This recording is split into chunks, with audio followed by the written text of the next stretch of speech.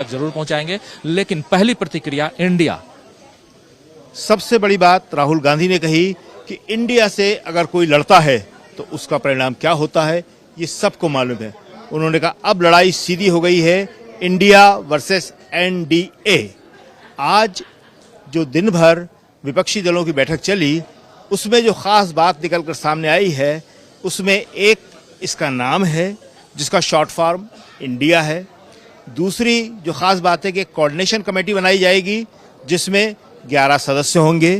तीसरी जो खास बात है कि 2 मीटिंगें ऑलरेडी हो चुकी हैं, पहली पटना में, दूसरी अभी बेंगलुरु में जहां से हम आपसे बात कर रहे हैं, और तीसरी मीटिंग जो है महाराष्ट्र मुंबई में होगी।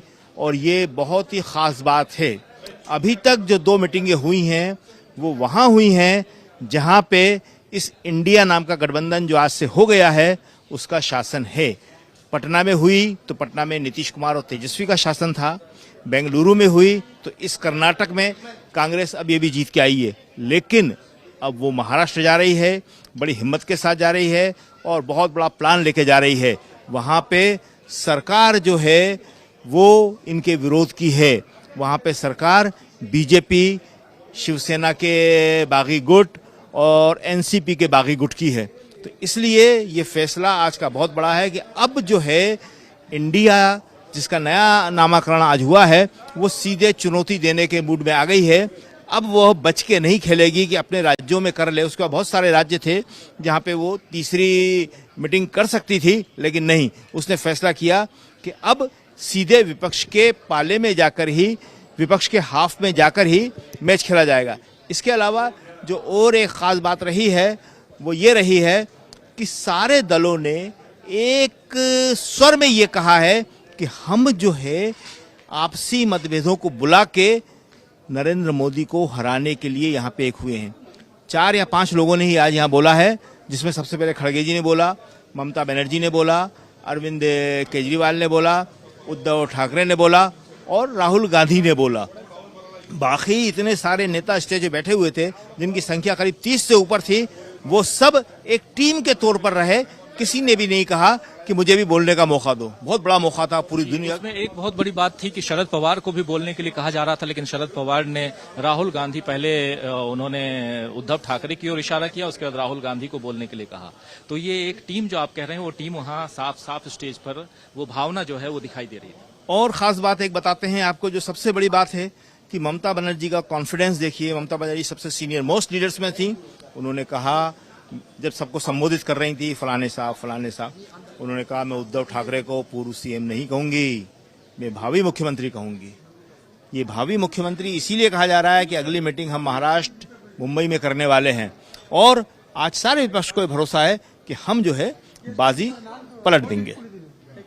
बिल्कुल बिल्कुल। एक बार जल्दी से आना चाहता हूं प्रशांत टंडन जी आपके पास। प्रशांत जी, बहुत बड़े कॉन्फिडेंस को लेके देखिए, जिन लोगों ने भी बोला, ममता बनर्जी, अरविंद केजरीवाल, आप गौर कीजिए, अरविंद केजरीवाल ने कांग्रेस को धन्यवाद दिया। ममता बनर्जी पूरे जोश में थी, पूरे उत्साह में थी। उन्होंने बाकायदा जैसे पब्लिक मीटिंग में भाषण दिया जाता है वैसे ही भाषण दिया। तो सारे नेताओं के बीच में एक उम्मीद की किरण गई है कि अब हम जो है 2024 में कड़ी चुनौती दे सकते हैं। देखिए चीजें क्या है कि पूरा का पूरी राजनीति जो है वो यू टर्न हो गई है, घूम गई है। 2014 में ये कहा जाने लगा था कि अब गठबंधन की राजनीति का युग समाप्त हो गया, और 2019 के बाद तो जितने अखबार थे, जितने कॉलमिस्ट थे, जितने राजनीतिक लेखक थे, सब एक स्वर में एक ही बात कहते थे कि अब गठबंधन की राजनीति इस देश में नहीं चलेगी। और आज का दिन इस मामले में बहुत बड़ा दिन है कि आज जो है पूरे देश की राजनीतिक पार्टियां 2 गठबंधनों में बंध गई हैं। एक तरफ यहां हमने देखा 26 मजबूत पार्टियां जिनका 11 राज्यों में शासन है, वो सब यहाँ पे एक साथ खड़े हुए थे और एक स्वर में उन्होंने बोला। और दूसरी तरफ दिल्ली में एनडीए भी बहुत सारी पार्टियों को लेके एक गठबंधन में बंध गया है। इसका मतलब कि जो मोदी जी कहते थे एक अकेला सब पर भारी, वो राजनीति अब चलने वाली नहीं है। खड़गे जी ने आज इस जो मीटिंग हो रही थी उस मीटिंग में एक बहुत ही इंपॉर्टेंट बात कही। उन्होंने कहा कि बीजेपी ने जो 303 सीटें जीती थी वो अकेले नहीं जीती थी, उन्होंने सहयोगी दलों के साथ जीती थी। और जीतने के बाद उन सारे दलों को उन्होंने दूर कर दिया। लेकिन आज उन्हें जरूरत पड़ी है तो उन्हें वो मना के ला रहे हैं। तो ये राजनीति बहुत इंटरेस्टिंग हो गई है कि अब तीसरे मोर्चे जैसी कोई चीज नहीं है। या तो आप एनडीए में आइए और या आप इंडिया में आइए, और इसका फायदा इंडिया को या कांग्रेस को मिलेगा, क्योंकि कोई वोट कटवा जैसी चीजें अब नहीं रहेंगी।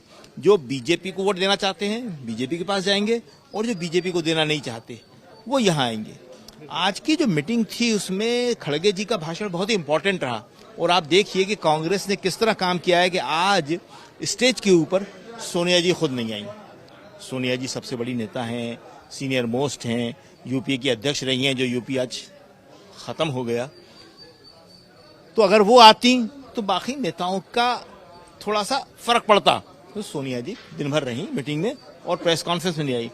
तो खड़गे जी से भी वही सबसे महत्वपूर्ण वक्तव्य जो है आज मीटिंग का खड़गे जी से दिलाया गया, और उसमें खड़गे जी ने कहा, साफ साफ शब्दों में कहा कि हम सबके बीच में मतभेद हैं, हम इसको स्वीकार करते हैं, लेकिन वो मतभेद इतने बड़े नहीं हैं कि जनता के लिए हम उन मतभेदों को नहीं भूल सकें। उन्होंने कहा कि महंगाई सबसे बड़ी समस्या, बेरोजगारी सबसे बड़ी समस्या। उन्होंने मिडिल क्लास का नाम लिया कि मिडिल क्लास आज की तारीख में कितना परेशान है, उसकी समस्या, और इन सब के लिए आज हम एक हुए हैं। और सबसे बड़ी बात उन्होंने कही कि सब लोग साफ सुन लें कि प्रधानमंत्री पद के लिए नहीं, किसी पावर के लिए नहीं, सिर्फ और सिर्फ देश की जनता के लिए, उसकी परेशानियों के लिए। उस भाषण से आपको क्या लगता है, रहेंगे या जाएंगे? नहीं, रहेंगे। अब कोई जाने की बात इसलिए नहीं कर रहा है कि सबको मालूम पड़ गया है कि साथ रहेंगे तभी बचेंगे, और अलग अलग रहेंगे, अलग अलग लड़ेंगे तो सब खत्म हो जाएंगे। आज आपने देखिए जब मीटिंग खत्म हो गई, प्रेस कॉन्फ्रेंस हो गई, सारी औपचारिकता हो गई, तो ये कहा जा सकता है कि जितने भी संदेह थे, जितनी भी शंकाएं थी, सब दूर हो गई। सिर्फ केजरीवाल को लेके नहीं थी, वो जयंत चौधरी को लेकर भी थी, वो अखिलेश यादव को लेके भी थी, शरद पवार को लेके तो आज सुबह सुबह तक चर्चाएं ये हो रही थी कि आएंगे नहीं आएंगे। ममता बनर्जी को लेकर थी कि कल डिनर में नहीं आई हैं। तो ये सारी चर्चाओं का अंत इसलिए हो गया कि सारे नेताओं को ये समझ में आ गया है कि अगर आज हम एक नहीं हुए और 2024 का चुनाव हमने साथ होकर नहीं लड़ा, तो हम सबका अंत जो है वो बहुत खराब होने वाला है। देखिए, एक बात जो है इसमें कांग्रेस का मेन रोल है, तो हम ये बताना चाहेंगे कि जो आपने अभी पढ़ा, इससे पहले भी पढ़ा था, इसका नाम इंडिया। तो कांग्रेस अब बदलते वक्त के हिसाब से 2020 खेलना सीख गई है। अभी तक वो क्रिकेट जो है टेस्ट मैच की स्टाइल में ही खेलती थी, क्लासिकल अंदाज में जिसे कहते हैं, कॉपी बुक अंदाज में जिसे कहते हैं। लेकिन उसको समझ में आ गया कि आज का जमाना फास्ट बैटिंग का है, तेज बैटिंग का है। इसलिए ये जो नाम रखा गया है, इस नाम का उद्देश्य क्या है? नाम का उद्देश्य है कि लोगों के जहन में ये चिपक जाए, लोगों की जबान पे ये चढ़ जाए। और हम अभी आपको बता देते हैं, हमारे ख्याल में ऐसा होना चाहिए, अब राजनीति ये कुछ भी हो सकता है, कि अब एनडीए भी अपना नाम आज बदल देगी।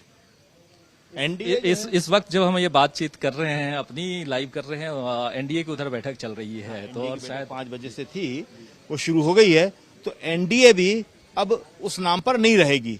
जब राहुल गांधी और ममता बनर्जी यहां से चैलेंज कर रहे हैं कि आओ इंडिया से लड़ लो, तो उनका नाम भी मोदी जी है, वो भी कुछ नया नाम लेके आएंगे और उस नाम के साथ में वो लड़ाई तेज करेंगे। लेकिन जो खास बात है वो ये है कि कांग्रेस अब इन सारे खेलों को समझ गई है, इसीलिए उसने नाम इंडिया रखा।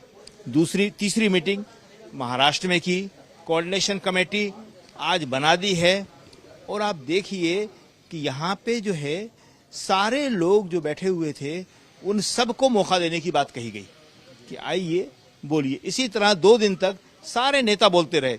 तो कांग्रेस कहीं पे भी ये नहीं बता रही है कि मैं सबसे बड़ा विपक्षी दल हूं, मुझे कुछ चाहिए। खड़गे जी ने साफ कह दिया कि हम किसी प्रधानमंत्री पद की लड़ाई में नहीं है, कोई भी नहीं है।